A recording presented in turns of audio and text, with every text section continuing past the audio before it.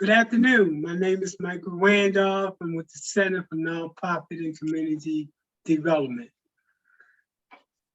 Tonight, we're going to be talking about, and actually, I say good afternoon, it's actually in the evening time.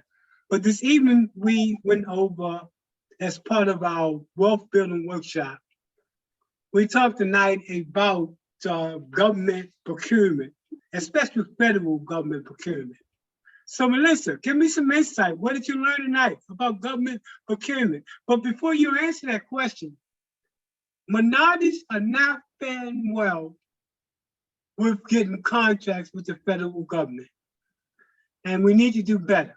And that's one of the reasons why we're giving this class to change the playing field. So actually minority businesses can go after federal contracts. That being said, Melissa, what did you learn tonight?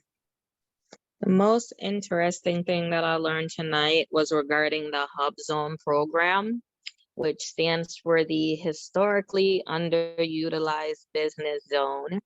And that is where you apply for money or you receive money to place your business in an area that is, how should I, that is not well populated or right. It has to be a poverty-stricken neighborhood, a very, very poor neighborhood, in order to get a hub zone.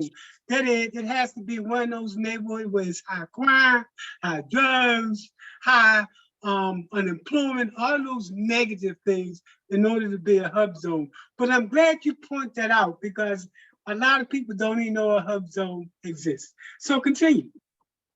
Yes. And then the second thing tonight that I was excited about as well when it comes to qualifying to do business with the federal government is that your personal net should be less than 250,000. That does not include, your retirement funds or your primary residence. So I was excited to learn that because I would qualify. So Excellent. That's another thing that was interesting. Excellent. Because usually with doing business, you usually don't qualify for a lot of things if you're just starting out fresh, but this gives you the opportunity to actually qualify if you do try to apply with them. So now, what she's focusing on is that certain set-asides that the government will give to small businesses. And those small businesses have to make less than a particular amount.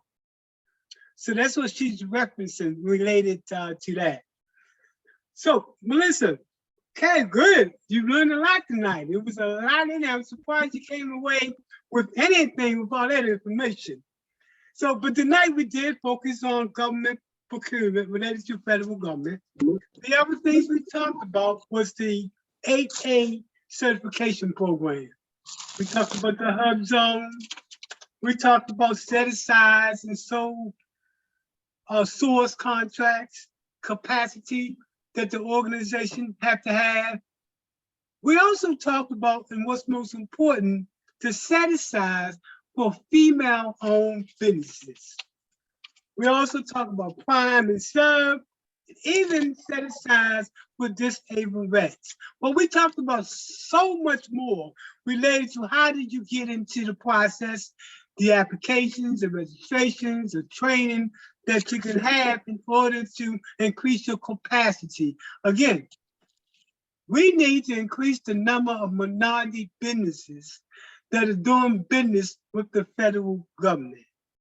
The federal government literally spends billions of dollars a year looking to do business with businesses, especially minorities, because it's set aside for minorities. So anything else you want to mention about that I didn't mention about in tonight's class? Let's see. The core elements of a capability statement, which I think is important because that's what sets you aside and really, puts that mark for you to be able to start your business with the federal government, because they're looking to see, certain factors like what sets you apart, your unique factors, your corporate data, your company data. So having all of that information is also important. Oh yeah, that definitely goes. You was paying attention. For sure, you was paying attention.